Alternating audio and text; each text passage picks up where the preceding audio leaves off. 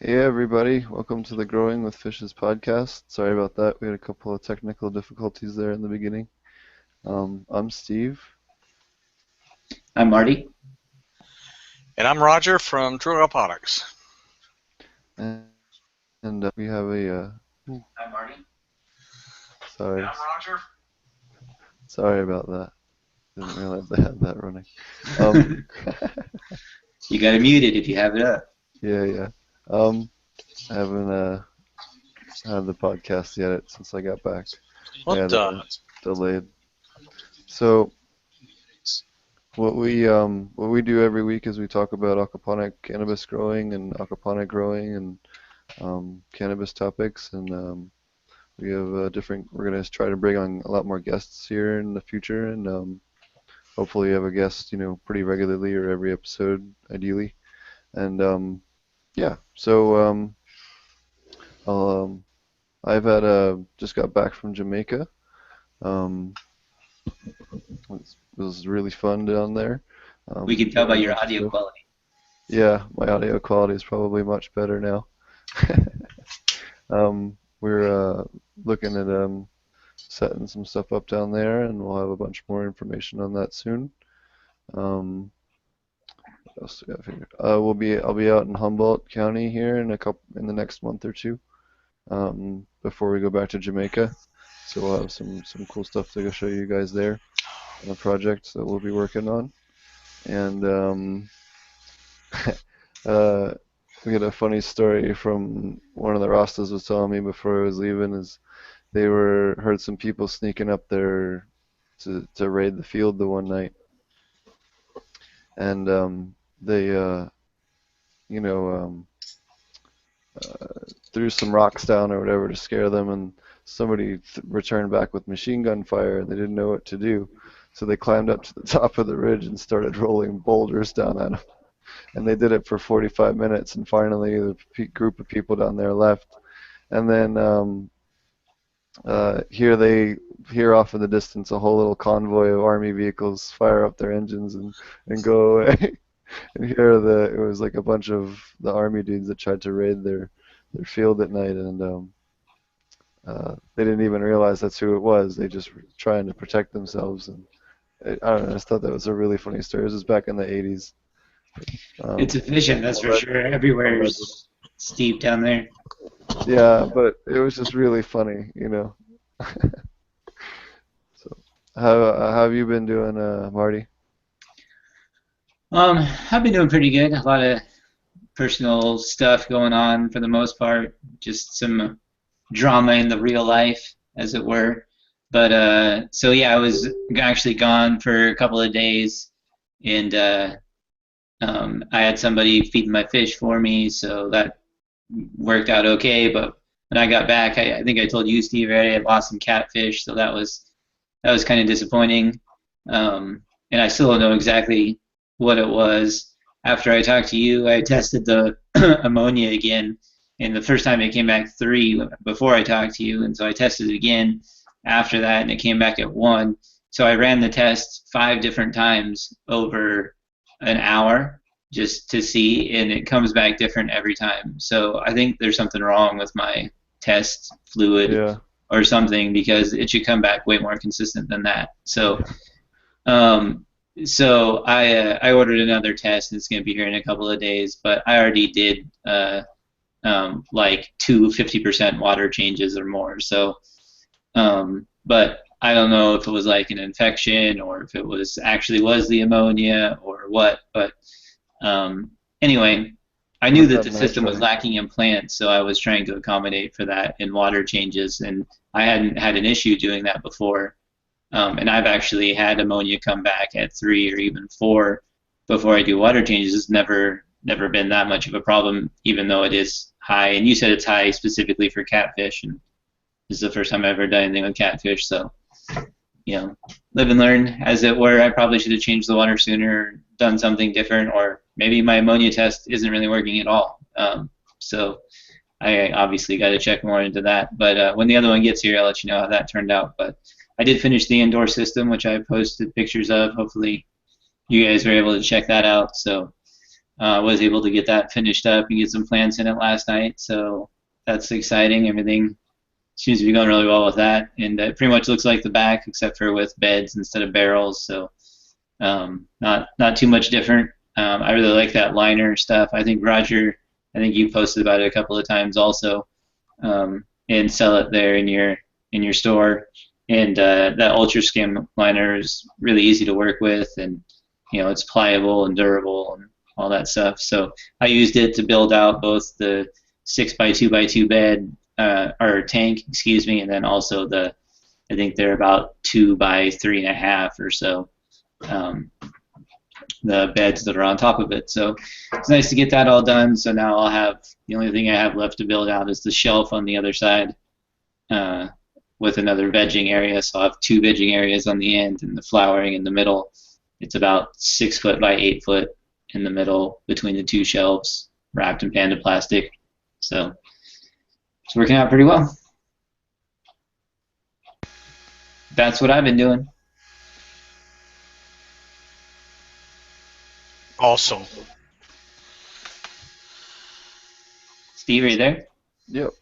Oh, so the issue with the catfish and ammonia and nitrates is that they absorb stuff through their skin as well as when they're respirating, because it gets much higher nitrogen in their blood. That's all, because they don't have scales. It makes it uptake it quicker.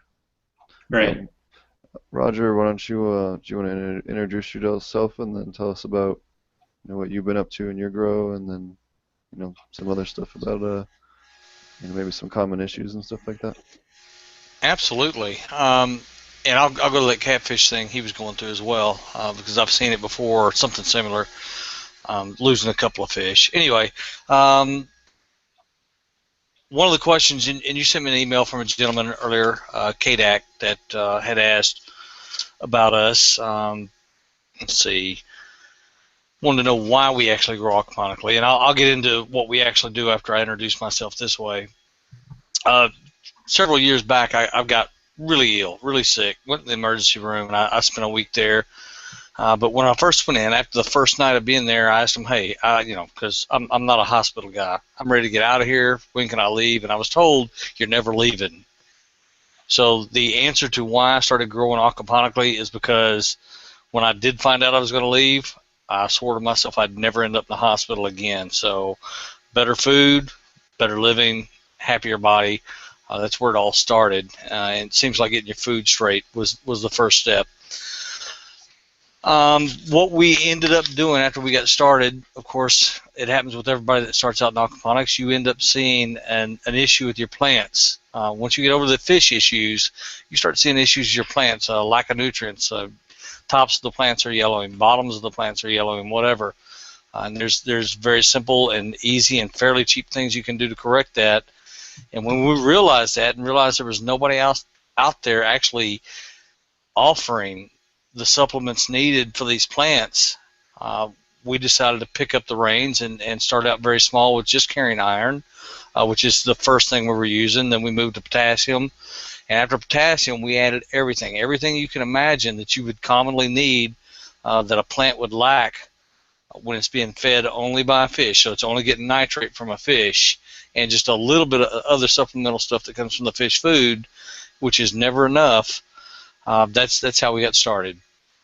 And from there, we have started to grow again. We've added more products to our store, to where we now are carrying the Ultra Scrim, like Marty was talking about. And the different thing we've done with that is we actually offer it by the foot.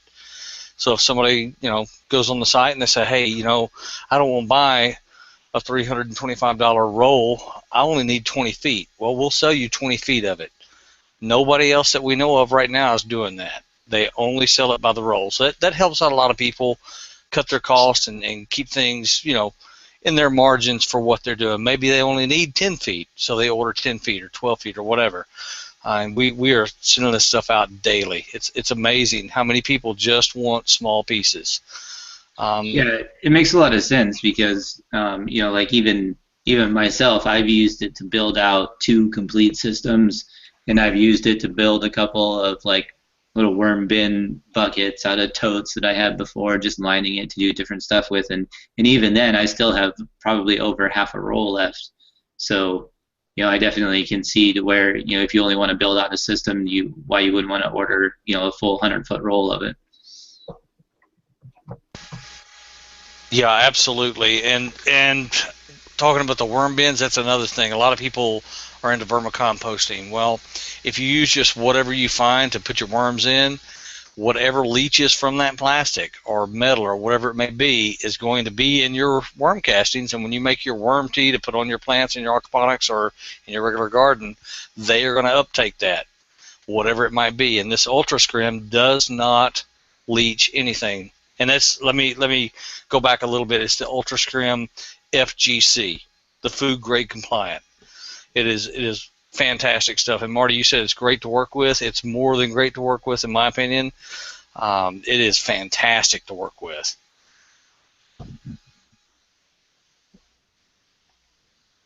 So, why don't you tell us about what kind of grow that you got going on?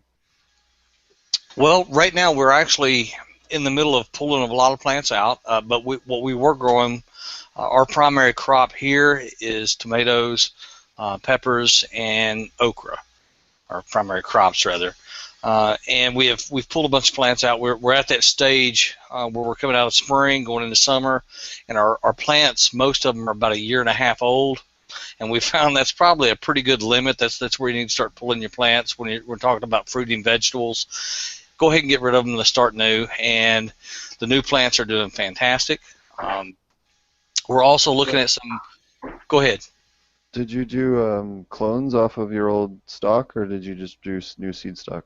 We did clones for some and new seed stock for others. We wanted to change some of our plants from one type of cherry tomato to another to look at different productivity and see how it go. But we also took clones from the originals. That way we would have our original production already set in, going the right way. We've also added, and this is one of the products we carry on our site now, is a Raft Master. It's just a 4x6, not very big, but it's big enough. We threw some beaver rafts on there. If you look in our group, you'll see the pictures. Fixing to put video. In fact, we already put some video, but I'm going to add some more. But we've got cantaloupe growing in this thing. We've got watercress. We've got chocolate mint. The reason we're moving our mint and our watercress there because the root systems are so vast that they will take over a media bed. But in here we can control it. We can open it up, look in there. If we got too much roots, we'll just pull some out. Not a big deal. So that's where we're starting with that. And we're also looking at summer varieties of lettuce. A couple of weeks ago, we ordered some seeds. We're still waiting for them to come in. We expect them any day, and then we're going to start sprouting those and see what those summer varieties of lettuce do in there. And unfortunately for us, all we can do is grow edibles. When it comes to cannabis here in Texas, which is where we're located, it's a little illegal yet. So we're having to hold out and just learn with you guys, and when the time comes, we'll jump right in. Now, Texas is coming around, right? You guys have had some recent legislation that it's closer than it's been. Yeah, there's some medical bill, I think. I'll double check here. Yeah, I've been hearing a few rumors about it, but I haven't seen anything concrete yet. So hopefully before too long, come around, because it's to be honest, it's about people getting some help that they really need. We've got people leaving here and going to Colorado and Oregon and Washington that have kids that have seizures and stuff, and they can't get the medical help they need here that'll do those kids any good. So they're doing what they have to do, and when you uproot your entire family to do it, it's a real pain. Right, or risk going to jail for medicating your kid, which there has been somebody from Texas I was reading about not that long ago, and I don't know if she's still being prosecuted or not, but basically couldn't afford to do both, couldn't afford to medicate and move, so chose to stay where she was and medicate illegally. So it was it's unfortunate to see our tax dollars wasted on such things, but hopefully Texas is coming around with the rest of the nation. So they passed the bill, and it says that the law demands DPS give at least 3 licenses to growers by September 1st, 2017. So slowly but surely. Yeah, so it looks like sometime maybe next year. you know, ideally. You never know with cannabis law, though. It's a That's it's a right. crapshoot. And even when you get stuff passed, you could be like Marty and have them suddenly come in with new local ordinances. Right, that's for sure. You never know what's going to go in from there. So, but there's nothing wrong with edibles. I have what on my front porch. I have the salad bar, which is where I have all my. I think I posted before, where I have all my lettuce and herbs, and I grow that kind of stuff along with my medicine. Also, I grow companion stuff, greens and different various herbs and kitchen herbs and stuff are great to grow in there. I grow a lot of peppermint as bait plants and different things like that, which we've talked about before. So and I started doing that before I started growing cannabis. And basically, once I was able to grow the good tomatoes or the good peppers, either one. Peppers are good because the stock is similar, like Steve was talking about. But tomatoes, nutritionally, are essentially the same. If you can get nice big ripe tomatoes, you can get nice big ripe buds. And so basically I did all fruits and vegetables up until that point also. And then I stopped listening to all the people that told me I couldn't grow cannabis this way and did it anyway. So yeah, I definitely really enjoy growing all the greens. In that one little section of my front porch, we grow enough lettuce for 5 of us to eat every day, and we just constantly eat it and harvest it until it starts to slow down, and we'll replant a different section and let it grow up and then pull the other ones out like you were talking about. Lettuce for us seems to get we probably get about 7 or 8 good regenerations out of it before I feel like it starts to slow down. So usually about 5 or so, I'll throw in some seeds in a different spot and let those start to come up. And so that way we can get sort of a perpetual harvest going on. And so I love the edibles. Roger, how big is your system that you guys are growing food in?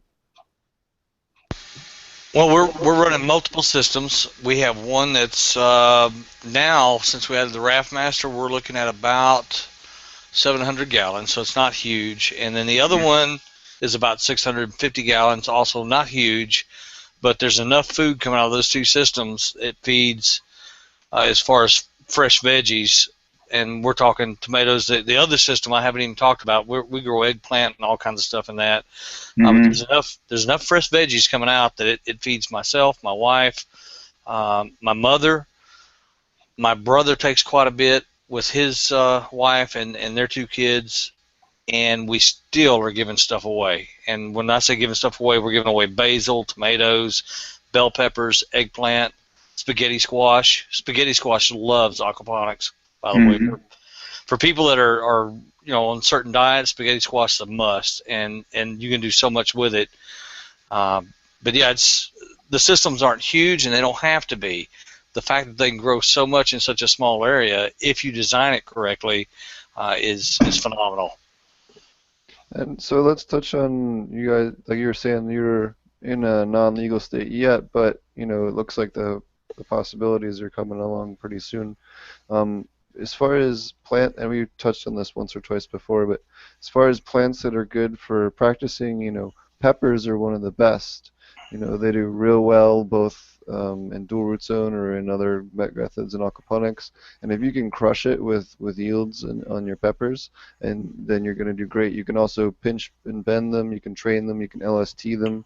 You can crop them. In all the different ways like you would a cannabis plant, and it'll behave very similarly as far as structure and training and how to get used to that. So that is a great option to think about. Absolutely, I agree with that. That's anytime you can gain knowledge on a subject before you actually get involved in that subject, it's always beneficial to anyone that's looking to go that direction. Yep. So on the nutrients, Marty was talking about getting his nutrients right for tomato growth and getting nice ripe big tomatoes. We have pretty much mastered that. We get, if we want big tomatoes, we grow tomatoes that make big tomatoes, and we get huge ones that are beautiful. When they're ripe, they are really, really nice tasting. The cherry tomatoes the same way. We've got a few different varieties. One that's more of a sour tomato, and the more sour it is to us, the better. So when we get our nutrients right with it, we get a nice I don't know how to explain the sourness of it, but it's a real nice burst of flavor when you bite into it. It's more of a winter crop than a summer though. But yeah, if that's the case, then we've got that part licked. Now on the peppers, just from what you just said, we've got quite a bit to learn. But as far as the nutrients for them, we've got that part down. Right. Really, the main difference. Tomatoes are a great indicator too, but the main difference is that they're much more like a vine in the way that they grow. You can still clone them in the same way, like cloning suckers and stuff like that, but the stalk is much more sensitive. It's much more vine-like than what cannabis is. It's a little more woody and hardy, like so that you can pinch and bend it and make scrog nets out of it and different things like that. So. But nutrient-wise, you're still pretty much identical there in their nutrient consumption, as far as what they need while they're growing out, as opposed to what they need when they're flowering and different things like that. Just touching on that, your need when they're flowering and such. Here in my part of Texas, we live east of Dallas, about 60 miles, and we have a huge temperature variance. We can go from -10 in the winter to 110, 115 in the summer. Mm-hmm. We grow the same plants year round. We never stop. We do add in certain plants, certain lettuces during the winter, and certain tomato crops during the winter, and then certain other crops during the summer. But for the most part, we grow the same stock all year long. Like I said, we've got plants that are a year and a half old that we're just now pulling out and replacing with new plants. So if you're looking at cannabis, how does that affect you? Steve, you want to take that? As far as how long can you keep a plant going before you would need to do something with it, or is that kind of what you're... Well, I guess that may be one direction I was going with it. It's do the nutrition, does the nutrition for that plant change? What variables change? I'm not seeing any questions come up, so I'm trying to add one for you. Well, just so your mother plants, you can generally, most people do every 2 years or so, 1.5 to 2.5 years, is when you're gonna, think about doing something with your mother plants, finishing them off or, doing something else with them. But as far as everything else, you're going to veg it for a set period of time, and then you're going to put it into flower, which you don't really, you don't do that with peppers, but, that I guess that would be a little bit different because they have a photo period and a set life, unless you're talking with autoflowers, which are just going to keep going anyway. They're going to have a set life period, and then they're going to die regardless. Right. So cannabis is a little different in that they, because they have that period, you have completely different stages of growth. So vegging means that they're growing taller and they're still growing leaf structure, and once they go into flower, so they start receiving less light or longer dark periods, however you want to put it, that trigger the flower cycle, and then they stop at some point getting taller or fatter, and they start producing flowers and buds, and that triggers the death cycle for the plant. Once it's gone through and flowered out, essentially it would, in its mind, it's dying off for the winter, and then its seed stock would then regenerate the next crop year. So in terms of the process of how it goes, basically, generally you're consuming a lot more nitrogen in the beginning, right, in veg while you're building all that plant structure.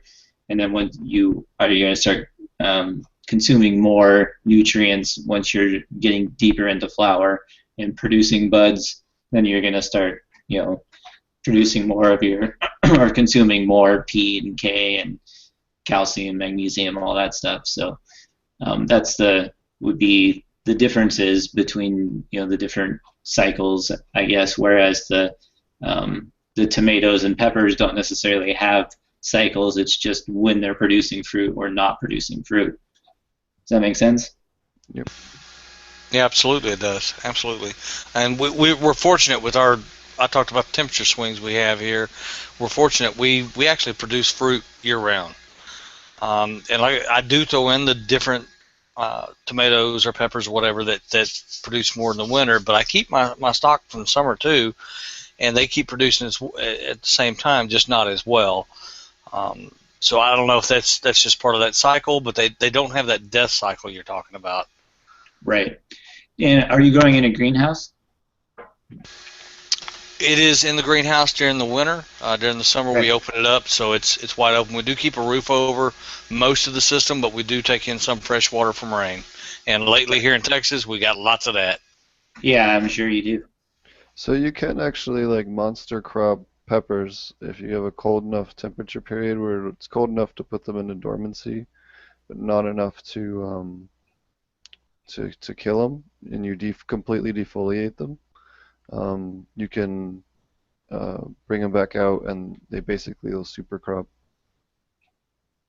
Which super Right. cropping is when they grow just a ton of branches real densely. Um, in Basically, the cannabis, plant thinks that it survived the wintertime, and now it goes back into a vegetative cycle and starts growing leaves and plant structure again, and will essentially restart. yep. So, But, and it grows significantly more branches. yep. But Pretty- you do is you take a plant that was potted, you defoliate it, mostly put it in like the fridge or something like that for a day or two, or some other really cold area, maybe your basement or something, and let it chill down for like a day or two. You gotta kind of almost shock it, um, but not kill it. And then um, after about a week, you can completely defoliate it, and then bring it back up after about another week or two after that, and it'll. Interesting. Yep. But Very yeah, interesting. there in Texas, I mean, I'm sure it gets cold enough you can just put it outside. Yeah. If it's -10, you Yeah, can just well, set it out there for a Well, little bit. You should be good. you don't want them to put them out if it's freezing because the frost will damage it. But if it's down to like 36, not 36, but like 38, 40, enough to cold shock it. Right. well, fortunately, we never get that cold in the greenhouse. We actually heat our water. We don't use any kind of air heater in the greenhouse, and then that water in turn heats the air. But we've never seen temperatures that low since we started because we heat the water. Right. And that works great. I did that a lot at one of the R&D greenhouses we worked with back when I worked at Aquaponics Source. That works really, really well. In fact, we had some solar heaters incorporated into that too to help save on fuel and all. Right, and this year we're actually going to go around with some compost piles and use that to heat water with the tubes running through it and see how well it works out. We hear it works great. We've never tried it. For us, the way we've been heating the water, it heats it so cheaply. It's costing us maybe $10 or $12 a month to heat the water to keep it at 70 through the winter. So we've been happy enough with it. What kind of heater do you have now? It's one we actually build and carry in the store, and we bring in a stainless steel heater element, which it's not necessarily hard to find. It's just hard to find a supplier that you're sure is going to give you exactly what you asked for.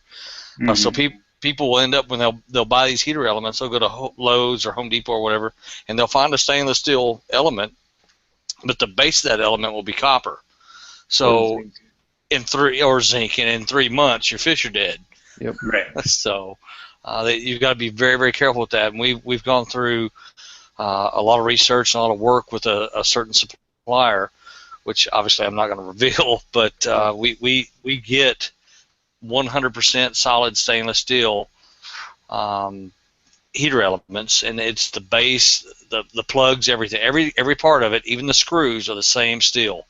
And that's one of our requirements we had to have because we didn't want any chance of anything killing somebody's fish. And so far, people have loved these heaters. They're not the cheapest thing, but they're not expensive like the commercial heaters. What And do they for run? these are running about 247, I think. I'd have to look, to be honest. How That's many not gallons bad. do you think that would heat? We've got one guy that's heating 3,000 gallons of circulating water and maintaining it 70 degrees. Is that how it's set to maintain at 70? Correct. It comes with thermostat. We preset that thermostat, but it's also, you can alter that to whatever you want. So if you want a little lower or a little higher, you can.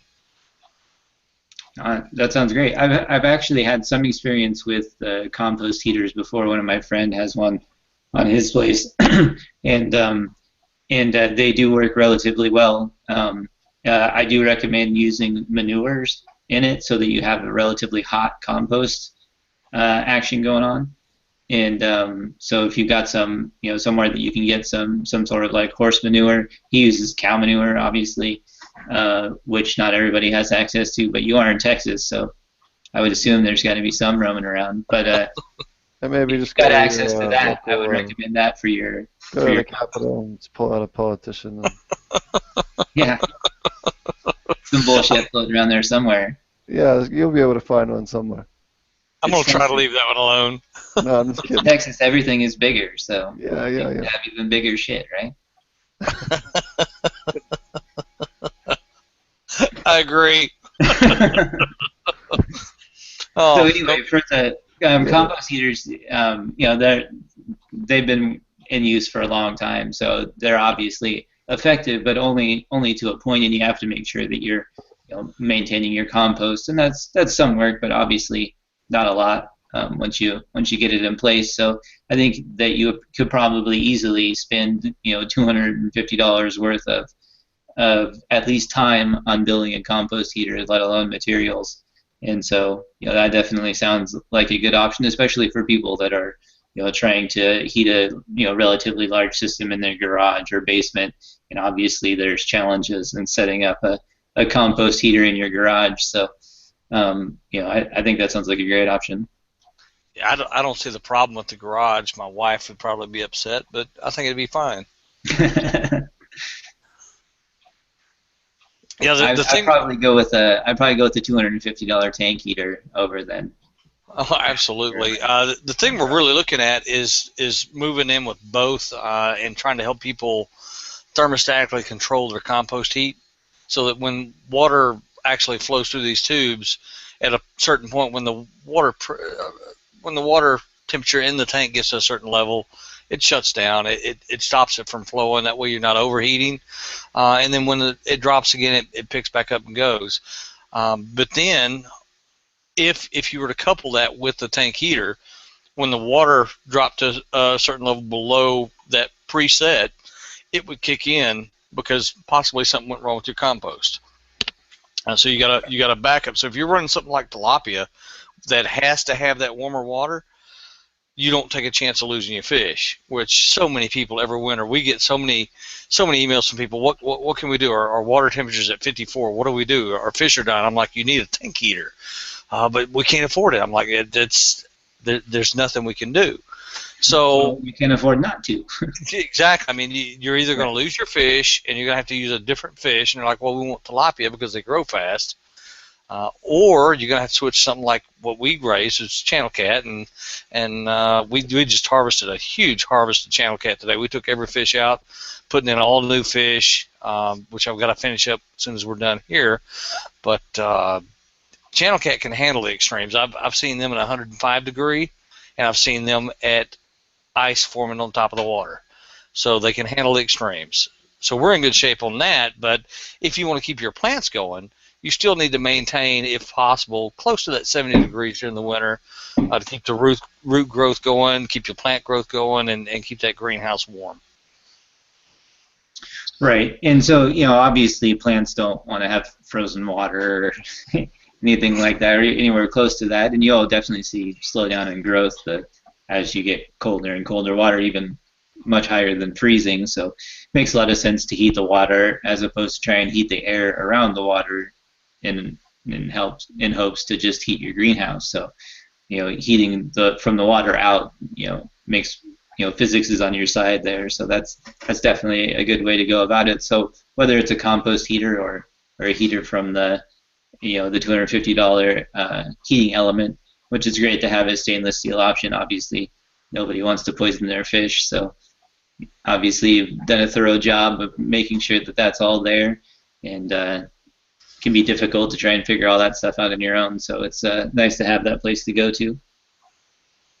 Well, I obviously didn't invent the type of heater. It came from somebody else somewhere else. I don't even know who came up with it, originally, but we tried to improve it. We saw the problems because we built one per spec by whoever it was, and it's on YouTube. All you got to do is search it.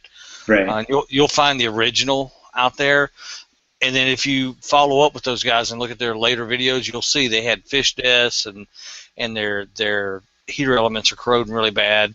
And we built the original they did the first time. We went through we had some issues. We didn't lose fish. We got lucky. We pulled it out quick enough. We caught it. The element was starting to break down and come apart. Then we switched over. We spent almost 6 months looking and searching and talking to different suppliers and manufacturers, and finally found one that would work with us and guarantee us exactly what we were getting. So, in other words, if we got something that wasn't what it's supposed to be, they were going to give us our money back or send us a new one to compensate and get back to where it's supposed to be. And that's our written agreement with them. That's great. We appreciate you doing that legwork, and hopefully those that want to can take advantage of it, or people can obviously do it themselves too. So I see Pete has a couple of questions here in the chat. Looks like Pete Flutie says, with the high nutrient demands, how can you get the best quality grow without stressing out the fish? So obviously, if you're looking at the nutrient demands and adding supplements, Steve is probably the one to talk to you about that. With the dual root zone has kind of been his thing for adding supplements that don't get into the system, so that you can easier meet those demands without stressing them out. So, Steve, you want to talk about dual root zone for a minute? Yeah, so I mean, if you're growing cannabis especially, or you're growing fruit trees especially is another one. Fruit trees especially need an area for mycorrhizae in their root zone. If they don't have that, they just die. They just do not do well. Some species will do okay. Pawpaw will do okay. Australian cherry trees. There's a couple of some citrus will do okay, but it'll do much better if you put it in even a shallow dual root zone. We've tested that a bunch in one of the experimental greenhouses I worked with, as well as some stuff on my own. Cannabis, peppers, even tomatoes do real well just having access to that fungal layer in the root zone. But it really just relying on mineral salts, compost teas, lab teas, or fermented lab. What do you call them, Marty? Fermented labs, that's what we usually call them. So basically just fruit fermentations that you do with labs, which is specially bred bacteria from fermented milk. And we posted some information on that before. But I mean, to give you a rough explanation of it, when you ferment milk with a rice wash, it will create 3 separate layers after it separates, which you have like the curds on the top, and the layer in between, which is like an oil layer, which is inhabited by the bacteria that forms when the milk starts to break down. And so that serum in between is called lactobacillus serum. So that's basically what you are culturing by yourself, and then you can take that extract and do a lot of different things with it. You can just mix it with molasses and add it directly to your system, or you can do a fruit fermentation, which is where you take fruit, old rotten fruit, or basically banana peels, whole bananas, nasty stuff that you wouldn't ever eat, or just whole fruit that you buy from the store. If you just want to take it out and do a fruit fermentation in order to do that, then you basically just soak it with the labs, and it will start to break down.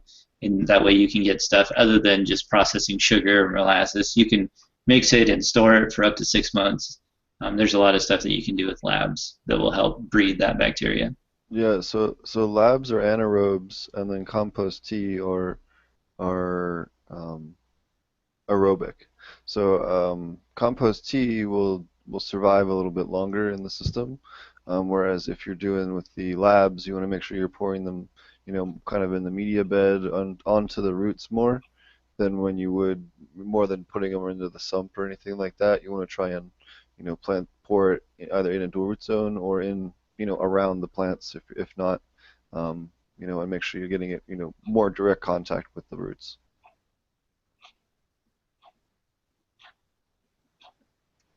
All right, and so let's see.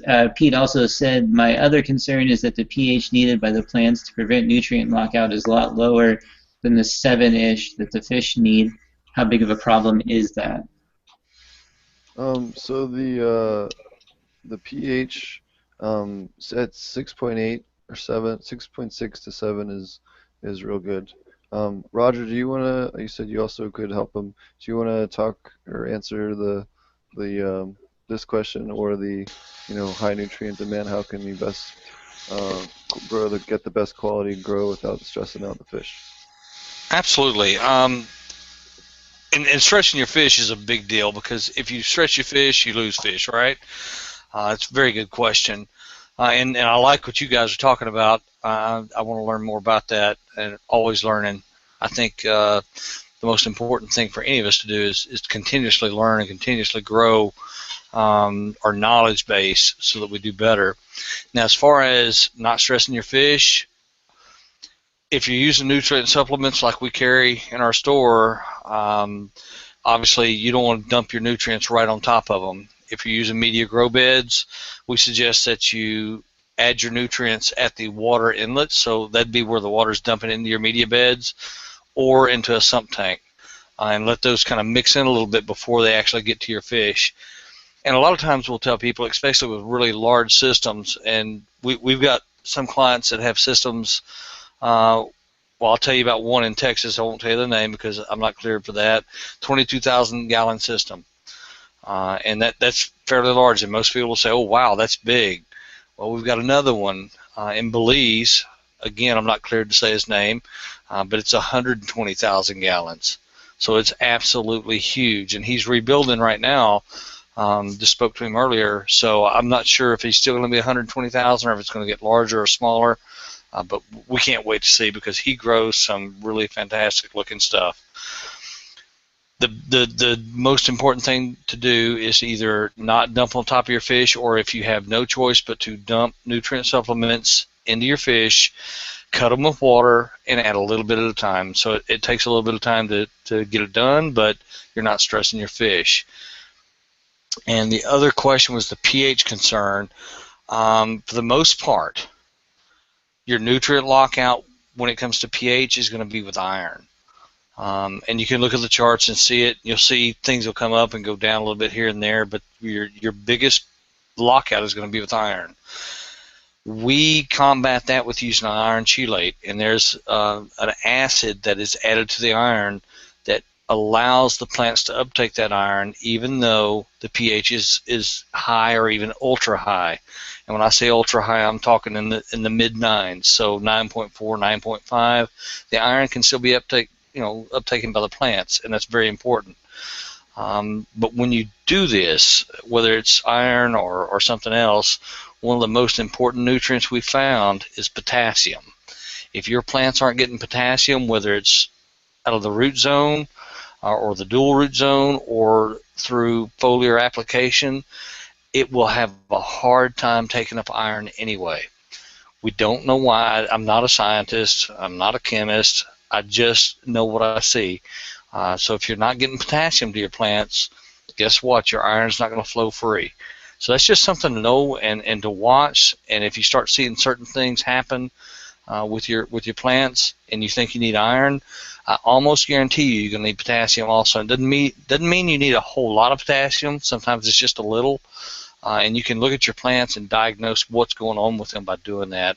And we've got a handy little nutrient guide that helps you look at that. It's got pictures, got drawings, got all types of good stuff that you can look at, and it's free to everybody. So we don't care if you buy from us or not. We just want you to have healthy plants.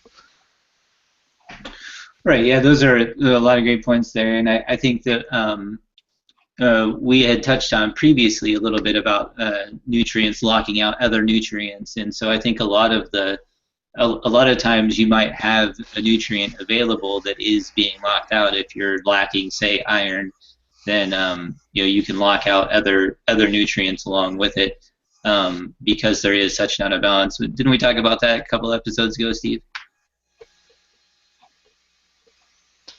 Steve, you're muted. Yeah, he's muted. I didn't hear that, but if you got too much calcium, you lock out Your iron. potassium. Well, Too yeah, much potassium, you lock out calcium. yeah, calcium.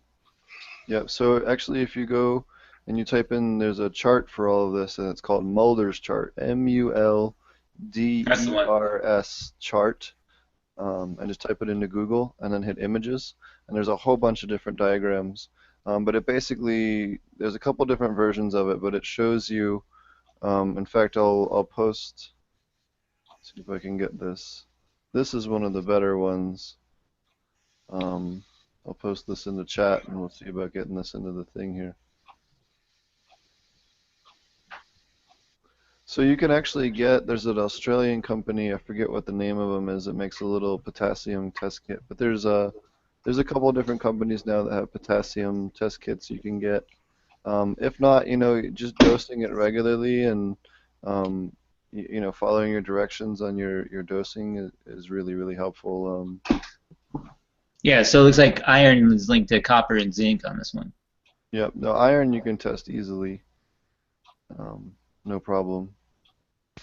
The problem we've seen with testing iron is that every iron test we've seen so far doesn't differentiate between iron that's soluble and iron that's non-soluble. Now, you guys may have some insight on that. If you do, Oh, I'd yeah. love to see it. Yeah, use HANA. The HANA tests are real good for that. The two best companies, if you're looking to do home test stuff, if you guys are wanting to get fancy at home, there's HANA, HANNA, and then there's also Lamotte, LAMOTTE.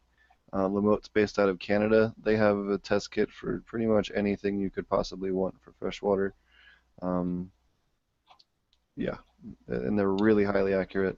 And then the HANA ones are refractometers. The problem is the HANA ones don't work if you're using EDDHA iron, like the high available at higher pH iron, unfortunately. Yeah, that's a problem for people in Texas, Florida, most of the southern states of the United States. We all have high pH water, and we combat that. We work with that, but still, a lot of people still use the EDDHA iron chelate because of that high pH that they can get their nutrient uptake. So that's a real issue, and the real big problem with it is it turns your water red. It looks like you had a shark attack. Yep. And it makes it impossible to get any time of photospectrometer. Like if you try to get like a good higher end ag test on it, Correct. It screws up the ability for it to test. So.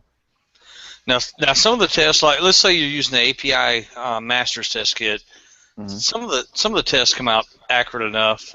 pH, ammonia. It's when you get to the reds, when you're looking at something that has a red in the column, that's where it messes with you. And we found it's actually only about 5 points difference. So in other words, we have pulled water out of a system, dosed the system, checked both sets of water just to see what the difference was. Do I call that accurate? No, but it at least gives you somewhere you can look at with that API test to see where you're at when it comes to nitrite. Yeah, exactly. So those are, I've probably used API test kits at least 50,000 times, maybe more than that. Working in the pet trade, doing aquarium maintenance, just mass testing large systems and stores and stuff. And as long as you keep them the right temperature range, that's the thing that screws with them the most. But they're in general pretty accurate. Well, the other thing that a lot of people don't do is the ammonia and the nitrate. You're supposed to shake the part two, and if you don't shake it, it'll absolutely give you a screwy result.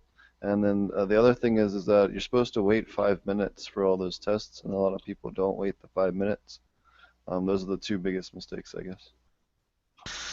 One other thing to add to that shaking or lack of shaking, once or twice of not shaking, and your kit's ruined as far as those tests go, because you pour out parts of those solutions that won't mix with it later, because when you do decide, oh, I should be shaking this, you start shaking it, part of the solution's already gone and it's unbalanced, so the kit after that is never good.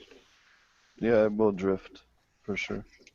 See, now I can blame my little brother for my ammonia test being off, so that works out well. Thanks for that. Yeah, Whether something it's like true that. or not, I don't know. I usually try to be pretty thorough in it, but it could have been anybody. But it's definitely not accurate now. Whatever happened with it, like, yeah, my ammonia test, and it is an API test kit. Just bought it at the pet store, so I'm sure it's probably just, and I'm sure was not kept inside of its temperature range. So for whatever reason, it's not accurate. But I can blame my little brother now, so it works out. So those are So great questions. Thanks for that, Pete. Hopefully we um, answered them for you. I wanted to talk a little bit about molybdenum, especially in regards to cannabis, but it also applies to other fruiting and flowering stuff. Molybdenum, you want to keep about zero point zero 0.05 ppms, but you can get it up as high as zero point 0.1 ppm without really causing much issue. Some strains, especially some of your Kushes and your really, really purple, really, really black, really, really blue, really, really rainbowy colored cannabis will dramatically benefit from upping your molybdenum, which is the MO on the periodic table. Um, and so the best ways to dose that is you get a couple different options that work in aquaponics. There's sodium molybdenate, which normally you wouldn't recommend someone dosing something with sodium attached to it, but the sodium in this case you're dosing at such low rates that you're going to have no long-term buildup. You're not going to have to dose this very often.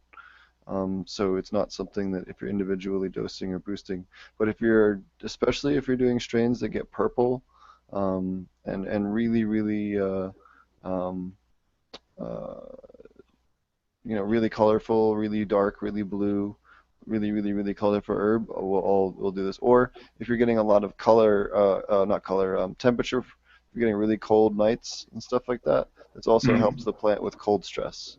It's like an Um, antifreeze kind of yeah, it helps thing the for the plant plant, right? Yeah, it also helps the plant produce what amounts to basically a type of antifreeze to keep it from freezing. But molybdenum is also responsible for the plant being able to break down nitrate and converting it to nitrite, and then converting the nitrite down to ammonia. It's responsible for those two enzyme production. The enzyme that's responsible for that, it's one of the primary ingredients. So if it doesn't have enough, and since that's one of the biggest chains in aquaponics, it's very important that you occasionally add a little molybdenum with either a good micro mix or individually. Um, What do you use to dose with? um, so the best different options you have are sodium molybdenate, which we just talked about, molybdenum trioxide, which is molybdenum and oxygen, and then you have ammonium molybdenate, which normally, again, you wouldn't normally use an ammonium product, but because, again, you're dosing in such low doses, it's just going to be immediately nitrified, but the same as fish waste would at the doses that you're going to be adding it. So those are kind of your three best options for aquaponics, depending on what's available to you in your country, or your local shops, your nutrient shops, or things like that. Right. Roger, do you carry anything for that? We're about to. Excellent. Love to hear it. Yeah, So, anytime we see a need for something like that, it's a no-brainer. Find it cheap, and find the right stuff, and make sure it's safe. That's the biggest thing. That's one of the things we did early on. Like I said, those horror stories we get from people buying from eBay, and well, I'm just going to stick with eBay. I don't want to see that happen to anybody. I don't care what they're growing, what they're raising, or what kind of fish they're raising. If you're killing your fish, you're killing your system. And a lot of times, these people don't just kill their fish; they kill all their bacteria colony. So they have to start brand new. It's like a brand new system again. So we don't want to see that happen.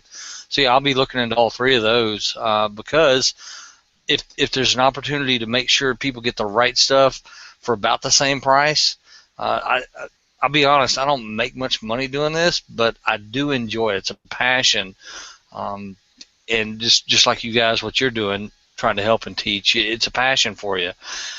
We strive to do that. That's a big deal to us. And when we have people come back to us and say, thank you, hey, last year I lost all my fish because I bought from so and so. This year I bought from you, and it worked. It's still working. That just, it's everything to us. right, there's nothing worse than feeling like doing your due diligence and then like falling prey to somebody who didn't do theirs. So, like you were talking about the heating element, or you know, maybe not the best supplements that are sold, or different things like that. So it can be frustrating when you think you're buying one thing and you get something else. You think you've done your homework, and then just because somebody else didn't want to give you what they were supposed to. I've heard a couple of horror stories myself of receiving things that were, like supposed to be supplements that had baking soda in them, for instance. Yikes. So one of the other things that molybdenum does is molybdenum also helps the plants convert inorganic phosphorus into organic forms that the plants can use more. So that's one of the other reasons why, especially in aquaponic systems, maintaining that, at least every 3 to 6 months is a good idea. Right. Better process phosphorus that's already in the system too, even if you're not necessarily needing to supplement it. Sounds like it's converting to a soluble that it can be uptake by the plants, right? Essentially is what you're going for. Oh yeah, yeah, it helps the plants process it. So we have, do you guys have any other comments on molybdenum or experiences with it or anything? I don't have any yet, so I don't have any experiences with it yet, but yeah. I've known about the nutrient, but it's never really come up. Now, one of my questions to you, Steve, since I could ask a question, is stuff like eggplants that they have a lot of purple in them. Mm-hmm. Other fruiting plants like that have a lot of purple. Would that be something that would actually help them? Oh yeah, for sure. So anything with a ton of color, molybdenum will help. Anything flowering, fruiting. Again, molybdenum is going to be important for the phosphorus conversion. Even tomatoes. Yep, tomatoes too. And again, because you're running those high, it's responsible for the plant synthesis to go from nitrate back to ammonia, which is what the plant uses. Awesome. So that's something we're actually going to look into over the next couple of days, and see what we can come up with. That's awesome. I can't tell you how much I appreciate learning something like that, guys. That's great. Yeah, and so we have, in fact, I can show. I know this will be a little ghetto. I really, really upped it, and we had a little outdoor bed that we had connected to a pond. Give me 2 seconds. I will pull up the picture here, where we did much higher dosing on the. Oh shucks, I wanted to do it. Timeline. There we go. Where we had these things growing outdoors in a little aquaponic thing connected to a pond, and we got them. We were dual root zoning them, and these weren't close to finish yet, but I mean, just jet black, completely black plants. Nice. So, it definitely helps with your color in both cannabis and then other plants, especially in aquaponic systems. If it gets too low, because they're in much higher nitrogen environments, your plants really have a hard time converting the nitrate, and they can really screw it up, and it can be kind of like a phantom issue where you're kind of got everything else pretty good, but it's an older system where you've stripped out the molybdenum, because molybdenum is rarely found enough in fish food, and there isn't really any other inputs normally. So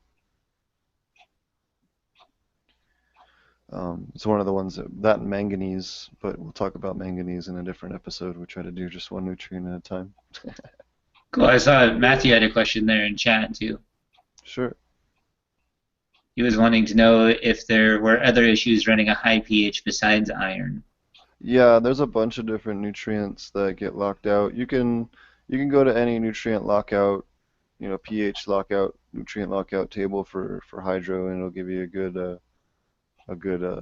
thing. But especially your micros, molybdenum, zinc, manganese. I know those three are all locked out pretty quickly.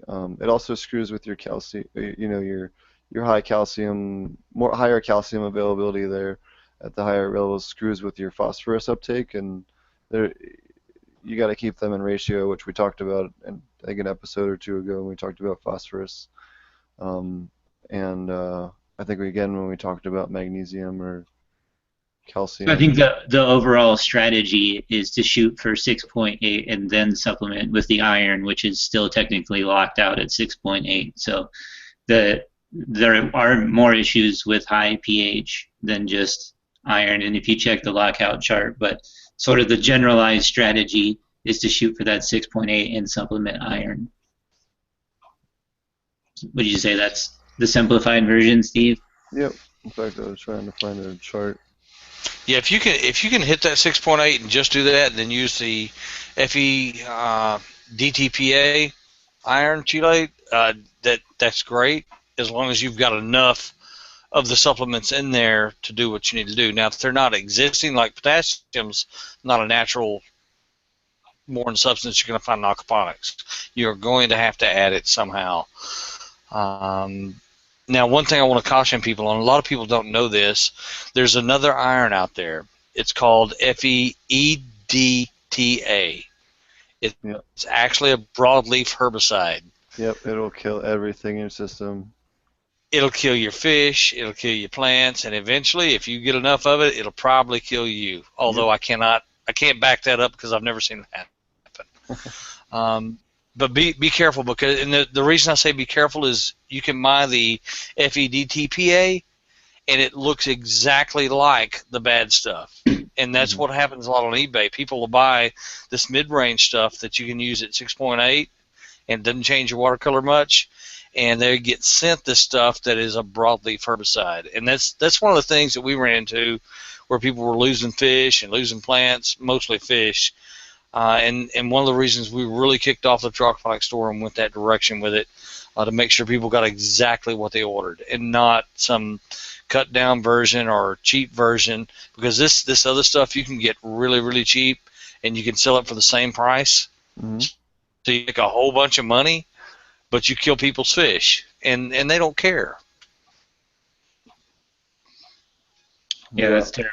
So that's just something to watch out. That's something to watch out for. It is terrible. People have no scruples when it comes to making money. So it's a terrible thing to see happen. Thanks, Matthew. That was a great question. Yep. So we have another question we got in from KDAC from an email. He said, first, we'd like to hear why True Aquaponics grows aquaponic. He talked about that earlier. And he also asked if you grow cannabis and why, which you also talked about. He says, last week you talked about a little about ferments. I'm trying to make this hobby as cost effective as possible, and the Korean natural food farming method seems to be promising. What is your experiences with the ferments? They're great, man. I would highly recommend them to add them into your normal nutrient rotation in an aquaponics system. I think they do great, and we haven't had any issues really with them in the system at all or anything. I've had really good results with them. So, I know, Marty, I'll let you talk on this too. Yeah, I mean, Hey that's guys, real quick. Yeah, go ahead. I've got to bow out for a second. I'm putting new fish in the system. I've got to go out here and get them out of the bag before they suffocate. I'll be right back. Okay, sounds good. So yeah, I definitely, I pretty much do all of my supplementation with, which is essentially a fruit fermentation, and then with the assistance of the worm bin. So I think I've highlighted this a couple of times, but my overall process and everything sort of started with figuring out how much I could grow based on just the stuff that I threw away. So essentially what I've developed now is just sort of a little pattern that I go through in order to do my fruit fermentations or worm teas or different stuff like that. So everything for me starts with a bokashi bucket that I just have in the kitchen. And so anytime I have like banana peels or apple cores or corn husks or any of those types of things, it goes into that bucket with just some EM1, and it soaks in there until the bucket gets full. It gets needed to be emptied, and so it's kind of like a pre-soak or pre-fermentation. And then I take that and just pour. That's what I feed into the worms. So I have a half barrel that I keep all of my worms in. I started with just 2 pounds of red wiggler worms that I got from a local farmer's market here. and then I just continuously feed them that. The water that comes out the bottom, I can do a couple of different things with it. I can just use it as like a concentrate. So I'll mix it like 50-50 with water and then aerate it and add some molasses to it. I can use it just as concentrate if I just want to add that right into the beds. I've done that before. I use it to inoculate new systems and help assist in that. So I picked up a couple of different microbe packs from a couple of grow shops I've been to, like the one I highlighted in one of our previous episodes was an NPK pack. So I'll mix those in into that and then use that to inoculate my dual root zone layer. So I use it in sort of a variety of different ways after the worm juice comes out, either to make a traditional aerated tea. I've made anaerobic fermentations also with the labs, so that's definitely another thing that you can do, which is no aeration at all. You guys can look into doing that. There are numerous ways of doing it, instructions, but essentially it's just soaking a bunch of fruit in a fermentation with labs and different stuff like that. I've even added some of my worm juice into those. I didn't necessarily notice a big difference one way or another. But there's definitely a lot of different things that you can do with just the worm tea or fermentations.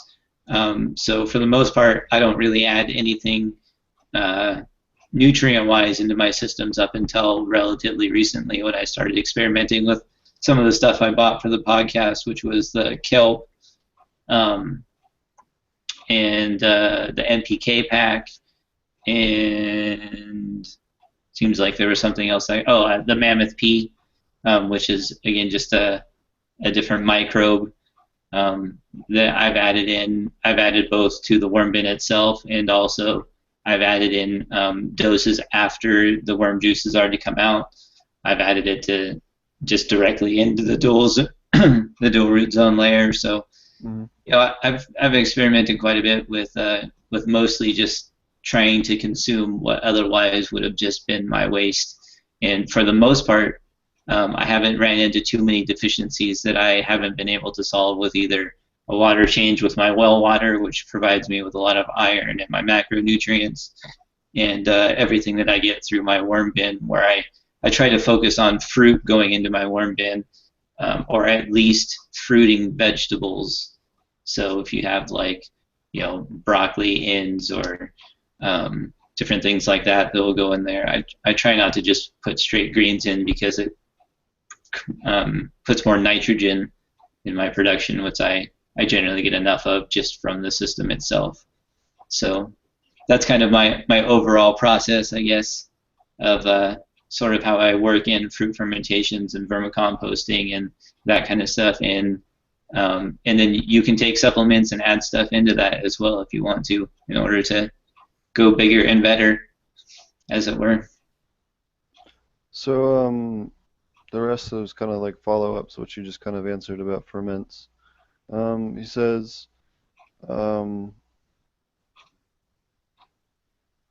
he has some questions about crayfish. We'll actually do an episode where we'll cover.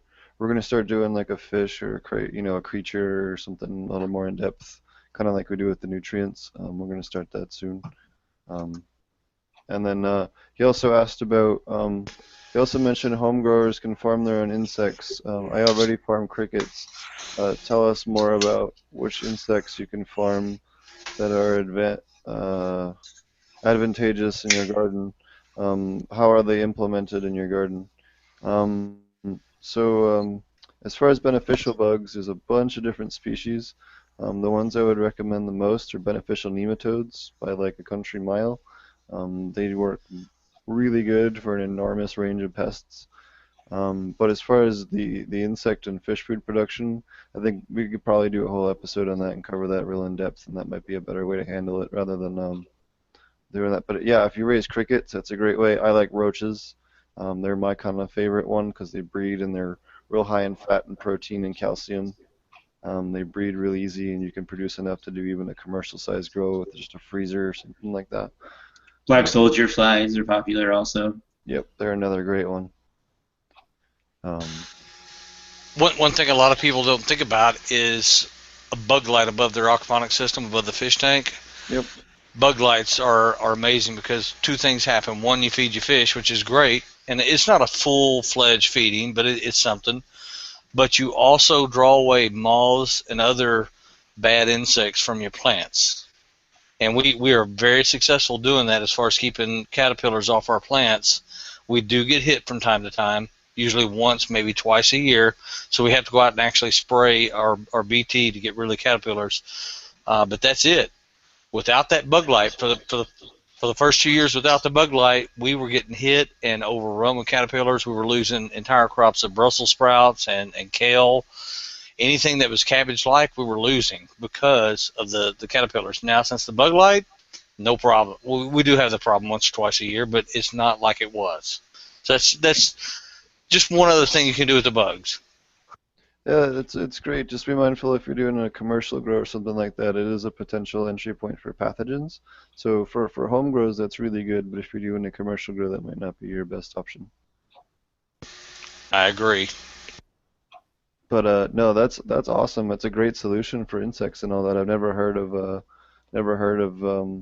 that being that successful. That's great to know. Yeah, we definitely use them outdoors to draw them away from plants, and we're probably the same way in that we still get hit a little bit with caterpillars, but I would say that definitely would recommend it outside, and over the fish tank. Just be careful that it's not falling in the fish tank. That obviously would be a bad situation. So. Really high proof alcohol like isopropylene or moonshine or rum and things are great for like white rum are great for spraying on them on a spray bottle to kill the caterpillars. Right. And Roger, for those that don't know, do you want to say what BT is? You said I know what it is, but do you want to elaborate a little bit about what you spray on for caterpillars? If I can find the bottle to read what it is, I'd love to. We get this stuff and we buy it in huge quantities, and here it is. This particular one is a Thuricide BT Caterpillar Control. And it is all natural, like I said. You know what it is, but this stuff is not something that's going to kill your fish, not going to harm your fish, not going to harm you. Do I suggest drinking the bottle? Probably not, but I mean, it doesn't taste as good as the white rum, even though we like spiced rum. But yeah, this stuff, I mean, you spray it on your plants when you do get hit with caterpillars, and within a day, the caterpillars start to turn black and they die. At that point, we don't even bother with them. You can spray them off after that's done. Sometimes, if like my mom got hit with a really bad run of caterpillars a month ago, we sprayed them, and then a week later we sprayed again to take care of any eggs that might have been left behind that hatched out. And she's had no problem since. But that Thuricide BT Caterpillar Control, that's what we're talking about. And it's a big long word I probably can't pronounce. I'll give it a shot. Give me a second to find it. It's Bacillus That's as far as I'm going with it. It's Thuricide Bacillus thuringiensis.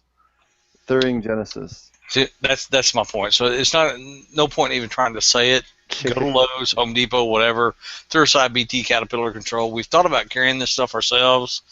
We have not found a competent supplier yet, and that's one of our big things. Is if we don't have a competent supplier that we believe in, we're not going to carry the product. No matter what we can make off of it, it's not worth it. So, well, it's relatively available in grow shops too. It's right. not like it's necessarily a new thing. Like we already knew what it was, but just I thought some people listening might not Correct. know what it is. It's easy to find. And another note about it is that product is on both Oregon and Colorado's list of approved pest control. So you don't have to feel weird about putting it on something you're going to smoke.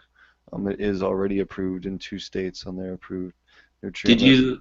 Speaking of that, did you see that Mighty Wash got flagged in Oregon?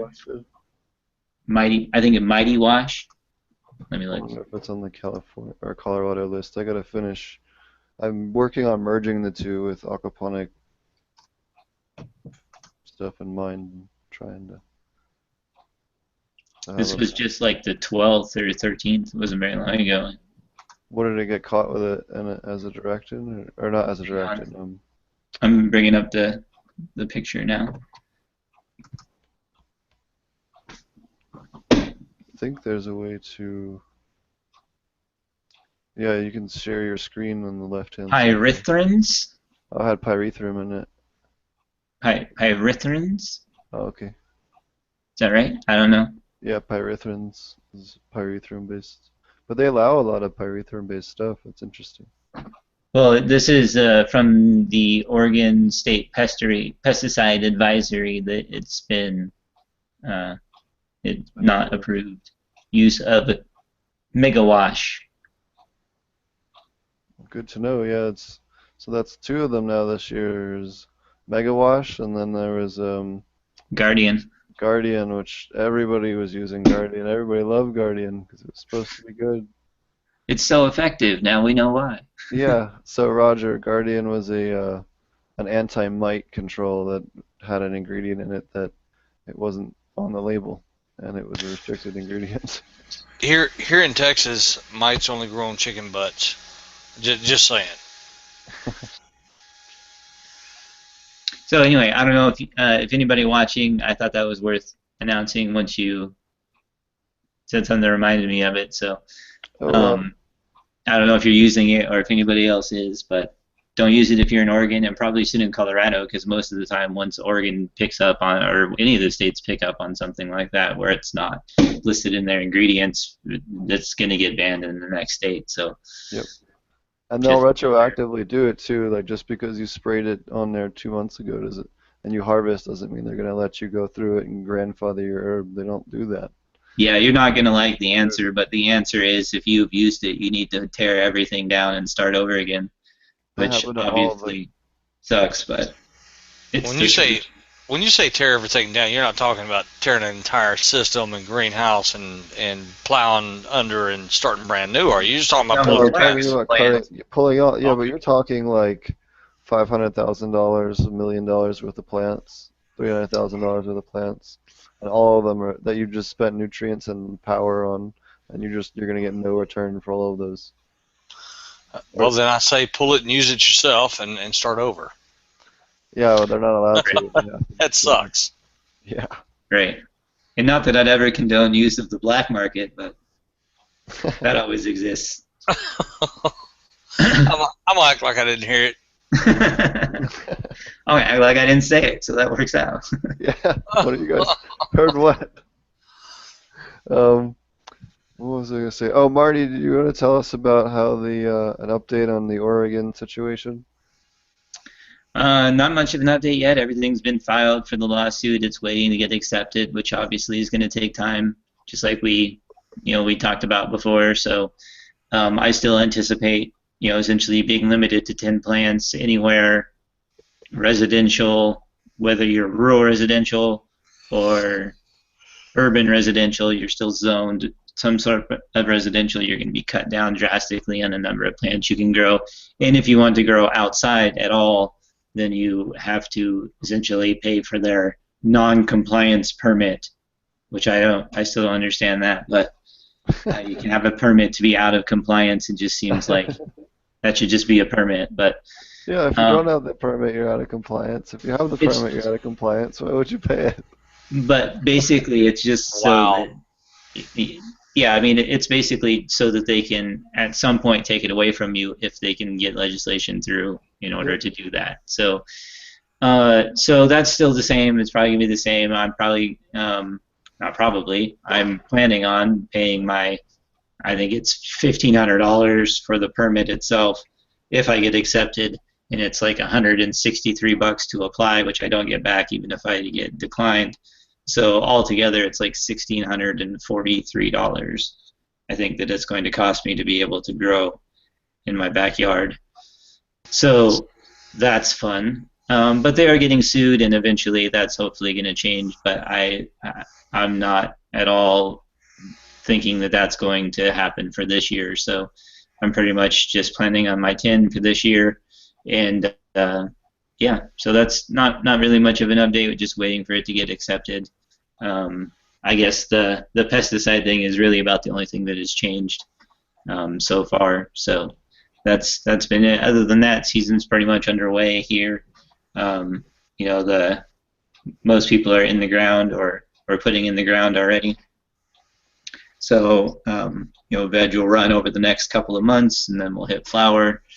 So yeah, that's pretty much where we're at here. I think that with everything starting up already, you know, since people are already putting plants in the ground and season is already underway, there's not really much in terms of legislation that's going to change for this this season. So I think it's going to do exactly what they wanted to do, like I talked about before, is create a vacuum in the market and cut out a bunch of people that don't otherwise want to grow or that can't really afford to grow. So it's been a little disturbing to talk to people that aren't going to be able to afford to effectively grow their medicine. I mean, when you're talking to like a 70-year-old lady who uses raw cannabis leaves to make her oil for her arthritis, and now it's going to cost her another $1,600 so that she doesn't have to set up a grow room at her tiny little house. It's just, I don't know, it's ridiculous and discouraging and makes me don't feel like I live in a free country. But other than that, it's been pretty much the same. And that's in a state where it's legal, so. Yeah, that's in a legal state that we're dealing Yeah, with. imagine where I live. Yeah. And I don't even grow this. I'll be honest. Right now, I'm not a user. I don't need it. But if I had a medical need, I could see wanting to. Mm-hmm. And that I've never understood why it's illegal anywhere. It doesn't make sense to me. It should be a plant that grows on every corner, everywhere, for people that need it, and for other stuff, textiles and fuel and you name it. Food. Because it directly competes with pharmaceuticals, that's why. Well, exactly. It's money. It's all about money. Yep. And that money is the reason why it's been legal as long as it has been without the feds cracking down on it. The states are making out like bandits as far as taxes. And as long as they keep padding the pockets of the right people, it'll stay legal. Yep. But that's why you're seeing these like Ohio's first draft bill. I haven't looked at their new one yet, but their first draft bill was basically like a cartel of that's the one that Florida was the same way. Ohio. Yeah, Florida passed. They had it on lockdown for like 3 years. Yep. Ohio at least voted it down. Yeah, when Ohio ran it up, they had it set up to where only certain people could grow, and they were a big business. And isn't that the one? Right. No, but Ohio just passed a thing. Yeah, the second time around, they just passed it, or not passed it. I think they're putting it up to vote soon, right? No, the governor just signed it into law. Oh, I thought. I haven't heard about that one. Hold on.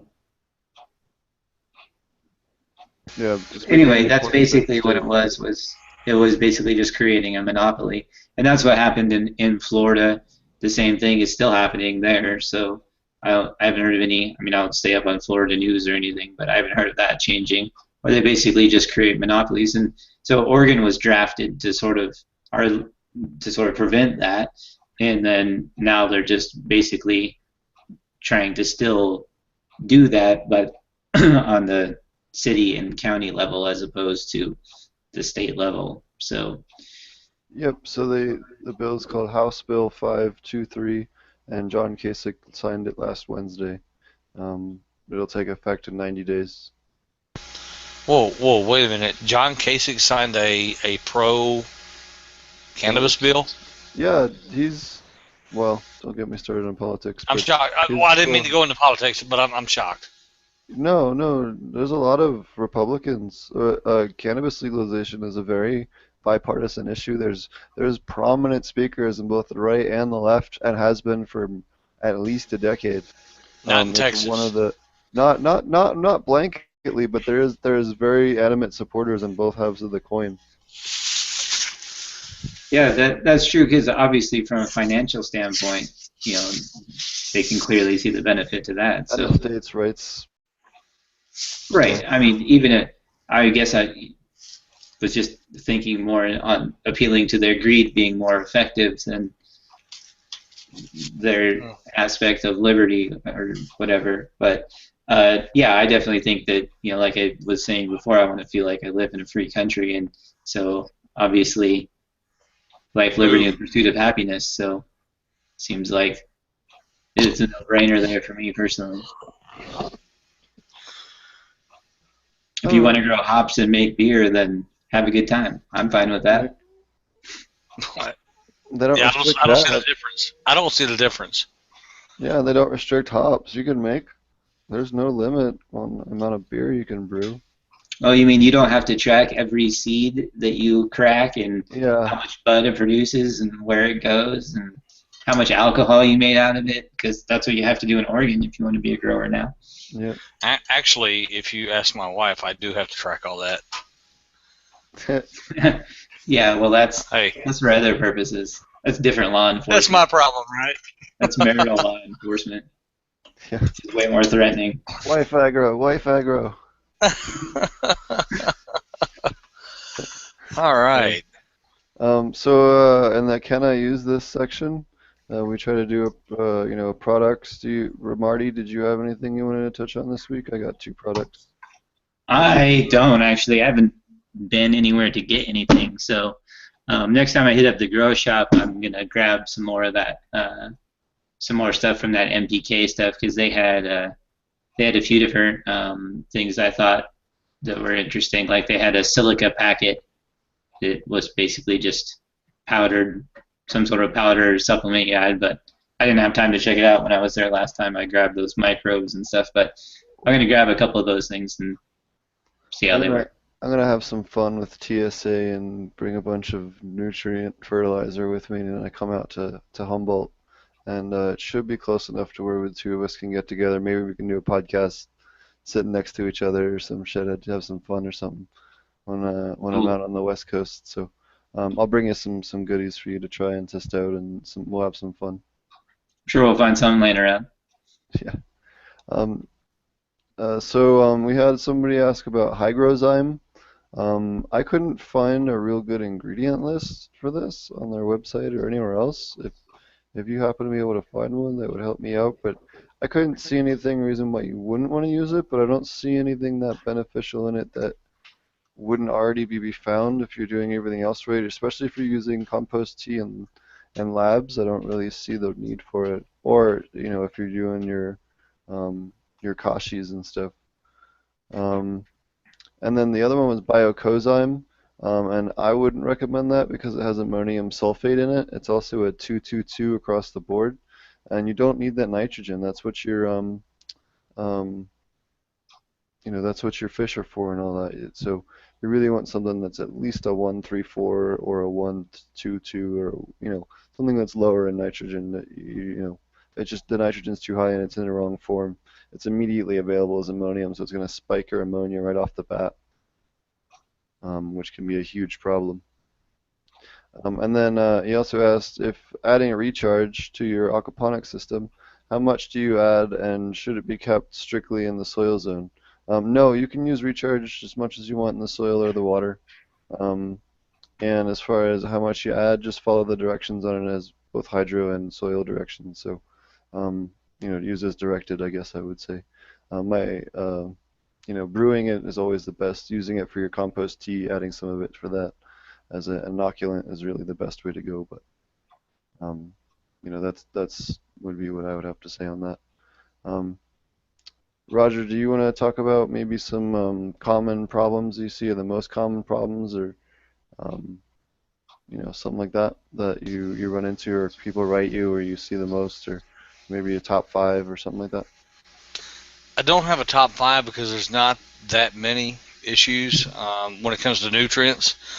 There's a top 2, and I've talked about them a couple times, but it's iron and potassium, and not in that order. Potassium is the top nutrient deficiency in aquaponics, and that's what we see worldwide with all the people I deal with worldwide. Potassium is their biggest lacking nutrient, and again, I'm not talking about the cannabis plant. I'm talking about every fruiting plant, leafy veggies, and what have you. With cannabis, because of my lack of knowledge with it, I'm not sure exactly if y'all have the same issues. Mm-hmm. But potassium and then iron, and the very next one after that is calcium.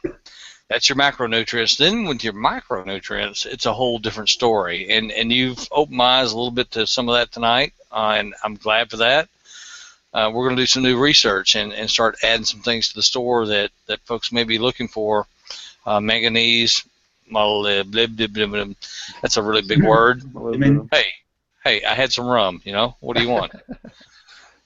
Oh, dude, Hey, we should start rattling off terpenes no, and no. cannabinoids, and then we can really get you in the tongue twister.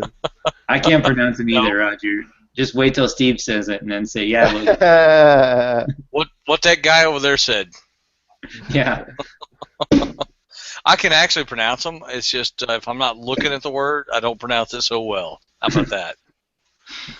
You can do it. Yeah. You just like rum more. I'm not going to argue with you. What's the acronym THC for again? Boom. What Steve said. Yeah. Another common problem I'm seeing lately is a fish issue. People are losing fish like crazy, and I'm not sure exactly what's going on. We're researching it. We're working with a lot of people all over the United States. Sure. A lot of them are here in Texas trying to figure out what the heck's going on, and especially with catfish. People are losing a lot of catfish lately. Sure. So I can actually chime in on that, having done a lot of pond work and a lot of outdoor fish work and aquaponic experience. The aquaponic source on there as pretty much the main person that did their customer service, problem solving, and stuff like that. The two biggest reasons you lose fish, especially in the spring and the fall, happen a lot, is because the fish, especially in the springtime, are coming out of a dormant period where their immune system isn't quite as strong. And when you get these temperature fluctuations in the spring, temperature fluctuation and pH fluctuation, a quick change in either one is the quickest way to lower a fish's immune system and get pathogens to take off in the fish. Especially in the springtime when they're coming from cold, going back up to warm, that is the most delicate time for the fish, and especially in ponds, we used to really load them up with, they call it pond salt, which is basically Epsom salt, but it helps them a lot with their resistance. But they definitely you want to make sure that you're making sure that you have some kind of heating device in any kind of outdoor system, especially or any kind of area that's going to fluctuate temperature, because of that, and you will lose fish, absolutely. And we used to see it all the time in koi ponds. People lose their catfish. Sometimes they're pond sharks, Chinese hyphen algae sharks, which are a great way to get rid of hair algae if you have hair algae in an outdoor system. Probably the best, and they'll get decent size too, and totally harmless with tilapia, catfish, anything else that you have. They're a real good fish to coexist with everything else. But Plecos seem to be, Plecostomus also seem to be a little more sensitive to temperature swings also. Yep. But they're also great tank cleaners. Yeah, great tank cleaners. If you want one that's more cold tolerant, again, the Chinese hyphen algae eaters can tolerate anything that koi can. So can your Chinese, they call them Chinese algae eaters, which is like a smaller silver and black guy, little fish that you can get at the pet store. They're pretty cold tolerant, or garas, Gara rufa, panda garas. You think that they would survive being so small in a tank with like large size koi though? Or would you like put them in a sub tank or something? They're super quick and they dart around. So if something came up and even tried to get in there, especially the garas, they're real cool because they climb through your plumbing. Because I have like this one huge koi that's an asshole. Like, sometimes you'll get murderous koi. I've seen that before too. We have people in Texas like that. Yeah, bigger ones too, right? Absolutely. He just left. So yeah, like I've had plecos in tanks pretty much all the time with koi, and I've never really had a problem. But if I put plecos in with this same tank with this one big ass koi, it's like he just beats the shit out of them. Like you can sit and watch him just like smash him. That's so strange. I like anything that looks different than him, Hmm. he'll just beat the shit out of it. So So you have a like racist koi. it's a racist koi, dude. Like we had you know the ones with like the big eyes? I Yeah, don't know Eat, what they're called, eat but the koi. the Eat bubble the eye koi. goldfish. yeah, the big bubble-eyed ones. Like he would smash them up against the side of the tank until their eyes popped. Whoa. I'm I telling you, I would eat the koi. Yeah, he might become cat food real soon, I guess. But the problem is Absolutely. he's huge and badass looking, so it's kind of. You always I mean, seem like very down for him. So when it's I'm gonna name him Donald Trump. That's what I'm gonna do. Dude, sell him. Sell him. Name him well, Donald Trump and sell his ass. Somebody Yeah, damn yeah, buy him. I'm sure. somebody will Yeah, buy him. well, he's in Oregon, so I don't know how well that would. He's clearly racist, so obviously I tell you what you do. You ship him down south, you'll sell him. I need to figure out a way to put an orange wig on him. Hmm. Does he need it? Isn't he already Is orange? it an orange koi? It's an orange koi. You It's can name mostly him white actually, which is That's funny. odd. with orange top on him. Mostly white. I couldn't make it up, man. I couldn't I make need it up. more rum. Couldn't make it up. So what So is yeah, what is but maybe a smaller fish, will have more places to hide. you know? That's the only thing I can think of. There was also a topic earlier that was brought up about um, colder water fish options or stuff that can work in colder water, and the other good options are perch. They're a great one, and as well yellow perch are good, as well as catfish, like you were saying earlier as well. Panfish are another good one. Most of your panfish and crappie are real Blue. cold tolerant. Talking about the perch, bluegill is an excellent choice for cold water fish. Yep. So And are crappie. if you're stuck with cold water, and it depends on how cold you're talking. You may have an issue with your plants depending on how cold you're talking. If it's that cold all the time. Yeah, the biggest issue you have with the colder stuff is that your nitrogen cycle slows down. So you do really need Right. to source a colder watered, and you can get bottled colder water nitrifying bacteria, or if you can get a colder water source and get a small bit of initial seed bacteria that's colder water tolerant from a cold stream, like a snowmelt stream or some other cold source that's already adapted to that. That's another option for you as far as sources. Yeah, that is darn sure good input for people, and a lot of people don't realize it that you need to look in your local area for that bacteria. If your temperature is going to be whatever they are, Yeah. like here in Texas, our bacteria is in the air. It just takes a couple of weeks. But in some places, like up in Colorado where you're at, you may need to look at that local stream to get that bacteria going. Mm-hmm.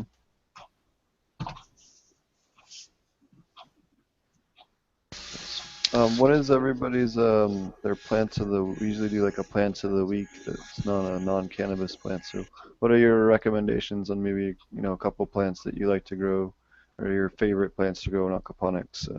Roger, and then Marty and I knows what's up. And you said non-cannabis, correct? Yeah. Okay, because they won't let me grow that here. Not yet. One of We my covered that one favorites. enough. One of my favorites here right now is watercress, and it's because of what's in it. It's super green. I love the stuff. It grows quick. It's easy to grow. Anybody can grow it. You can grow it back. You can fart and grow this stuff. It's that easy to grow. Yeah, you can rip a chunk of it off and throw it in another part of your media bed or your raft, and it'll just root right away. And Yeah, in like 5 days, it'll be a whole new plant. Yeah, if it wasn't for my catfish eating it, when I had it on top of the fish tank a couple of weeks ago, it'd have been huge. But now it's in my raft bed, so it's doing great. Yeah, we used to put it a lot in the bottom of the towers, on the bottom couple holes of the towers, because the bottom it would filter the water pretty good at the bottom, and then it would also just drape over and work on it like a passive plant food. The fish will jump up and grab it once in a while and rip off chunks and stuff. And my other favorite, again, is back to the tomatoes. We love the tomatoes and the peppers. Right Any on. particular varieties of peppers or tomatoes? Well, I'm in Texas, jalapenos. And I don't just mean the hot jalapenos. We like the mild variety as well. Um, Gosh, I really don't know where to go with that. There's so many. Maybe your top varieties you like, maybe, or There, recommend to other people, maybe. there's a Goliath jalapeno that's considered a hot pepper. It's considered a hot jalapeno. But if you'll open this thing up after it gets full grown, remove the seeds, and just eat the flesh, it's not so hot, so you can handle it. The seeds are the hot part. Yes, sir. The seeds and the white flesh. Yeah. So if you'll cut out the seeds and the white flesh inside, you will have a pepper you can actually take, and it has a great flavor. Not to mention, it's another one of those superfoods. Awesome. So what about you, So, Mike? probably one of my favorite ones to grow that we don't really talk about or really highlight that much, and I don't see talked about as much is oregano. It grows really well, and it's relatively cold tolerant, I guess. It'll slow down and not grow as much, but it doesn't seem to have an issue. Down I would say to like, you know, I grew it outside even when it was getting down to like 35 degrees at night, and it was still surviving. Not, I wouldn't call it thriving, but it's a great plant all around. You could use it obviously for cooking. It's great to have to just be able to clip some off and use. It's kind of one of those harvest as you go sort of herbs. I use it in my bug spray mixes as one of the ones that I mix in, and it's so I find a lot of uses for it. We've actually put it in soap, in homemade soap that we have also, just for the smell of it. But for the most part, we use it in cooking. It's one of the things that we mix together with like other stuff that we grow in the system, like green onions, oregano, rosemary, lots of different herbs that we mix up in a food processor and then freeze them into butter cubes.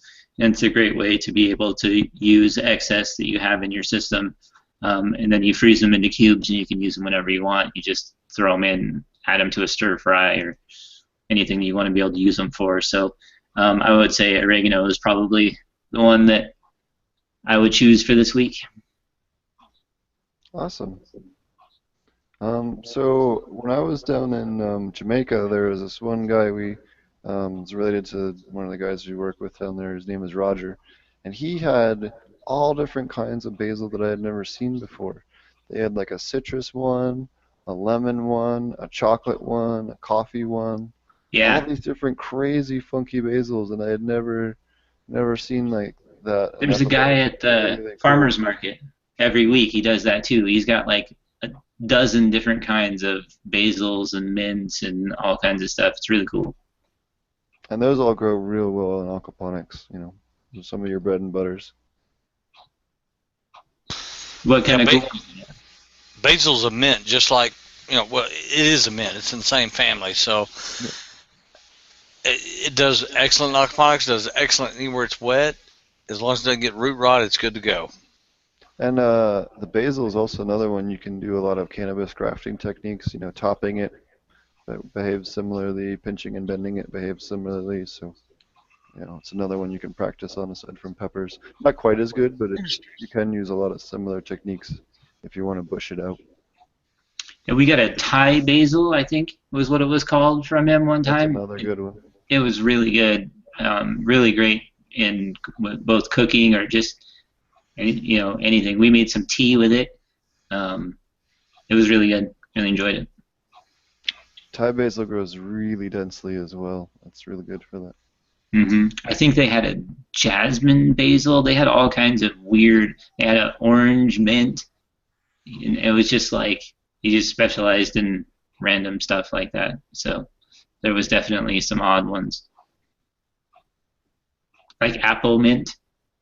That was probably the weirdest one. That was like, how does that even like? How do you start out? Like, did it just happen by accident? It just happens to smell like apple because it does, or if that happened on purpose or what. I don't know how they get all those, but My question would be, what kind of apple? It smells like a sort of like a fresh cut green apple, All right. like a ripe one though. Like just like a yeah, like a green apple that's ripe and ready to eat. If you slice it open, that's kind of what it smells like. So how they achieve that, I have no idea. So hopefully it's not some GMO crap, It but is. It is. No, it not could be not all of breeding. those are Could be GM. Yeah, breeding. there's a lot of funky heirloom varieties out there. Right. And there's also breeding as opposed to just GMO. So Yeah. there are different ways to get variety without GMO, but it does sound Breed. suspicious. Like I don't know, what smells like an apple. How do you cross that? But then again, I've They do that with weed, so it's that all about weed. the Yeah, I was just gonna terpenes. say there's like blueberries. So I've grown it and smoked it. So Well, obviously it like does happen.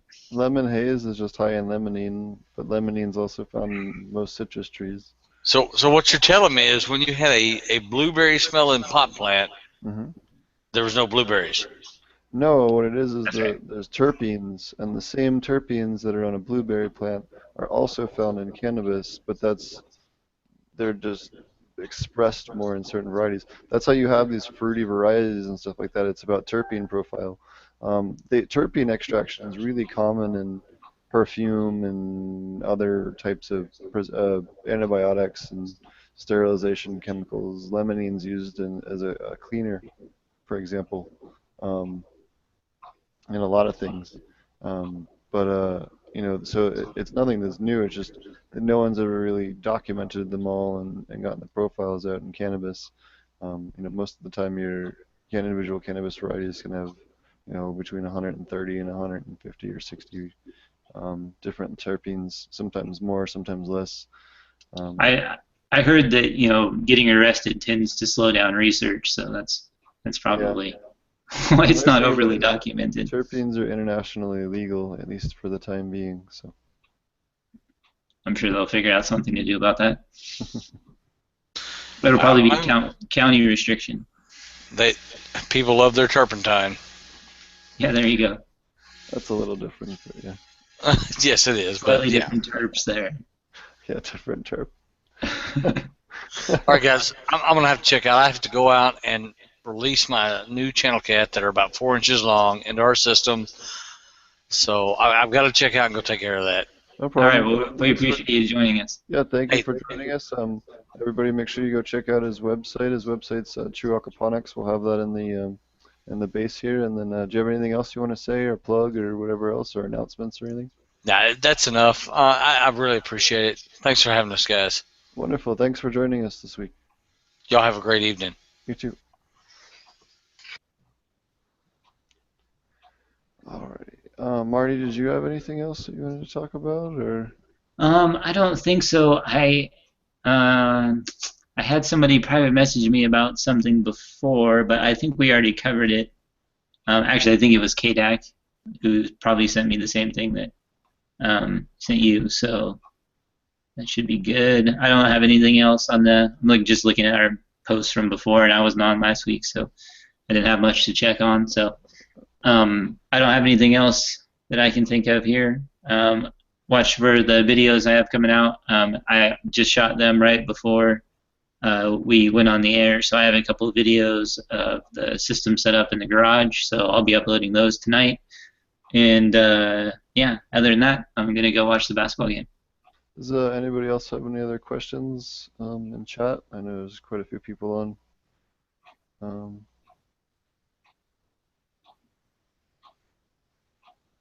yes, so it's only the terpenes that do the flavor. Limonene's one example. I forget what the one for the blueberries is, but that was just another one that an example. It's found in both plants. It's just found in higher concentrations in some other plants. Plant Builder asked, I would have to say that the cannabis and blueberries have very few, if any, similar compounds. Thanks, guys. Good job. So, anybody else have any other questions before we go? All right, if not, thanks for watching. Marty, you want to mention your channel and how people can get a hold of you or find you and stuff? Yeah, you can, probably the best way to get a hold of us would be either just to comment directly on the videos. We have, my channel is AP Meds, Steve at Potent Ponics. We have the Cannabis Growers group on Facebook. So Aquaponic Cannabis Growers is the name of the group, so you can look us up on there. We post our builds, videos, pictures, everyday kind of stuff to that. It's a great place to have discussions outside of the podcast. So definitely look at us there. We also, I remember aquaponics groups on Facebook. You can check those out. There's lots of them, UVI aquaponics, aquaponics. There's 2 of them just called aquaponics, I think. So you can always check out stuff on there. Lots of good information. And yeah, that's about it. So my website and channel is my website's potentponics.com. My YouTube channel is Potent Ponics. Thank you to Atria Hydroponics for providing us with stuff to give away regularly. Key to Life was the same deal. And thanks to Dude Grows and RealGrowers.com for hosting us over there on dudegrows.com. And yeah, and thanks again to Roger for coming on the show this week and answering questions and talking to us. So definitely check him out. There's links to all of our channels and websites and stuff in the thing description at the end. So thanks a lot, everyone, and we'll see you guys next week. All right, thanks, guys.